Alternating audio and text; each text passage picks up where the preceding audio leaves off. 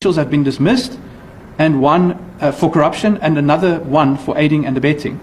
As was mentioned earlier, another 45 cases, Acting Commissioner, are at various stages in the disciplinary process and could result, of course, in further dismissals. Just as important, however, as the dismissals and the prosecutions themselves is the pace at which they are taking place.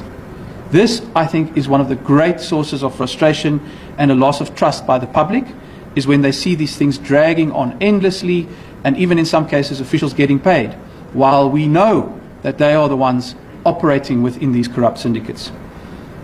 But again, this is where the progress of this forum is being felt. I want to really congratulate the multidisciplinary task team and this membership of this forum for achieving a major breakthrough. And this breakthrough was achieved in the Labour Court. And I want to share with you, because I want you to carry this message beyond the domain of Home Affairs and the Border Management Authority. It was in one of our cases that a new precedent was set in the Labour Court that allows the appointment of external chairpersons for disciplinary hearings, changing the interpretation of collective agreements that had been in place since 2001 and enabling more impartial disciplinary processes across the whole of government. This is a major victory, and it creates a model that the government must now follow in all that we do, precisely because it offers a powerful new avenue to prevent members of corrupt syndicates from protecting each other. Again, I say to you, when the system fails, when a disciplinary matter drags on for months or years, it is not by accident, it is by design. It suits someone's agenda. And when you have someone who is conflicted, who is potentially even a member of this same syndicate, running these disciplinary processes, how can we be surprised at the way in which it is managed? I want to very warmly congratulate the team for creating this new precedent, because it is going to speed up and intensify the impartiality of disciplinary processes. According to crime expert Calvin Rafadi, undocumented foreign nationals are becoming crafty at getting into South Africa illegally. He believes border security personnel is failing to keep up with the levels of criminality and that South Africa simply has no borders.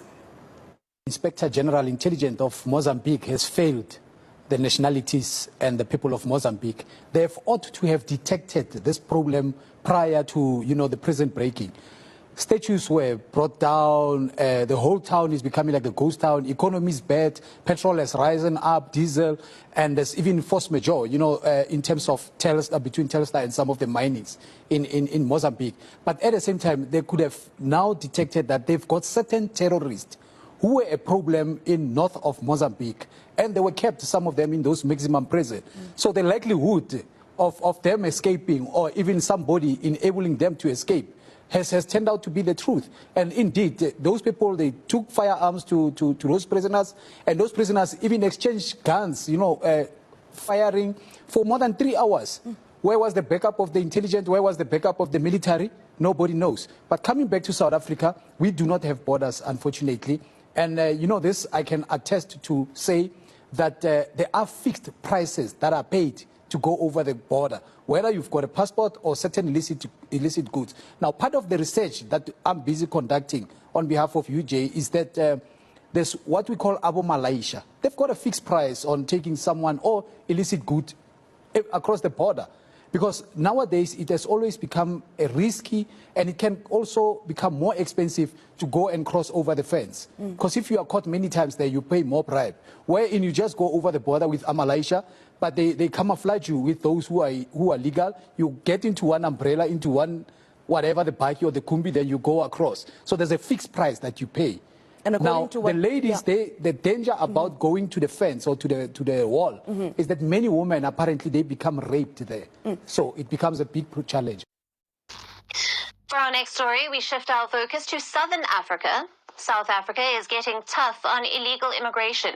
It has been carrying out deportations and has beefed up patrol on the porous borders with neighboring Zimbabwe, a country in deep economic trouble. Since the new coalition government, led by President Cyril Ramaphosa, came to power last year, South Africa has deported and arrested more than 410,000 people at different sites. The coalition of 11 parties that campaigned on curbing migration has promised to speed up deportations. The government has been carrying out raids on buildings and restaurants owned by illegal migrants to make arrests, and these raids have been organized by the Ministry of Home Affairs.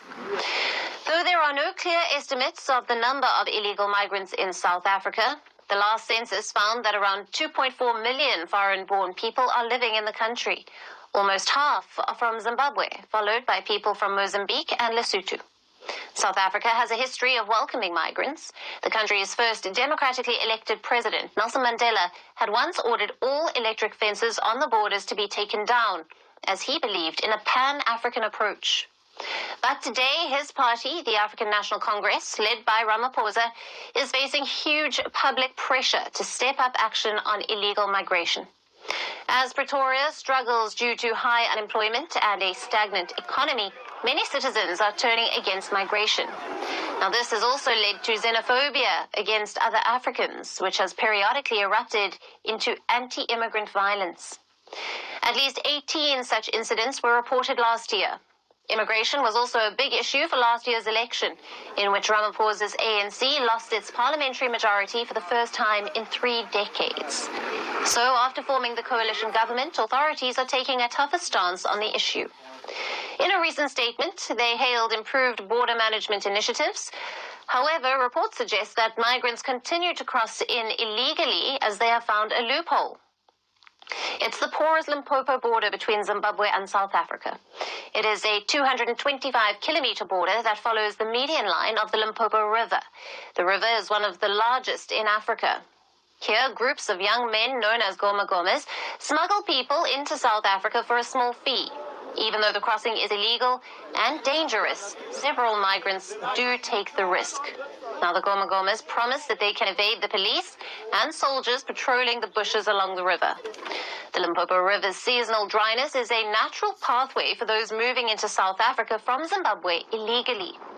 Now, even if the officers do catch some migrants occasionally, they are unable to chase away those who jump into the river.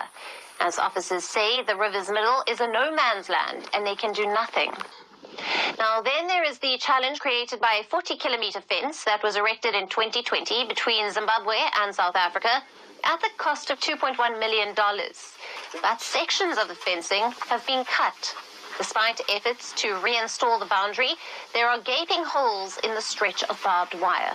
Now, these lapses are making many South Africans believe that the recently elected government, which promised to crack down on illicit border crossings, is not that serious in its fight against illegal migration, as it portrays. Hi, beautiful people. So finally, South Africa have heard the cry of the citizens. This is actually one of the reasons why I so much love and respect South Africa. Each time the citizens complain, South Africa always get up to fix whatever the problem is, right? You hardly see South Africa, like the country, hardly see South Africa neglecting or ignoring the cry of the citizens, like it doesn't happen. Now, you guys remember that South Africans, they protested yesterday against undocumented foreigners in their country, right? But yesterday, the government is already doing something and they have done something already. 10 border management authority officials has been dismissed for corruption. Guys, oh my goodness. Sometimes I just wish that Cyril Ramaphosa will have to handle most African countries. Like he will just take permission from the citizens, South African citizens, and go on vacation, at least to be president of most African countries for like probably three months. That way he will be able to fix most African countries. This is the only president that I know, at least for now, this is the only African president. This is the only African president that I know that don't neglect or ignore his citizens, especially whenever they protest. Yeah, whenever they protest. As you guys can see, yesterday South Africans protested. They said they don't want undocumented foreigners in their country. Now, one good thing I noticed about the protest was this. They protested peacefully and nobody interrupted the protest. Nobody disturbed them. The government didn't send army or police to disturb them or to even arrest them. But each time, most of us, in fact, each time we come out to protest against bad governance, the next thing they will do is to bring out military, bring out a helicopter, bring out everything, armor tank, as if there is war. As if there is war. These are the citizens that are saying they don't like what is going on in their country. They don't like what undocumented foreigners are doing in their country. They came out and they protested. And it wasn't even as if the protest was that massive. Like it wasn't as if the entire citizens came out, just the very few people that came out, but yet the president did something just this morning. 10 officials, 10 border officials has been dismissed. Can this ever be done in other African countries? No.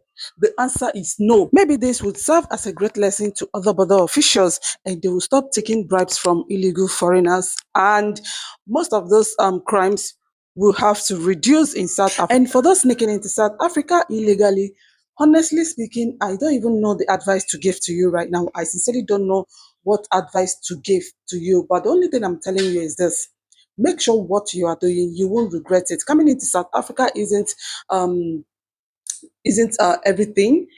Believe me, if you come to South Africa illegally, you will regret it. You will regret it. And by the time you want to go back, there may not be any means for you to go back. Believe me, because a lot has changed.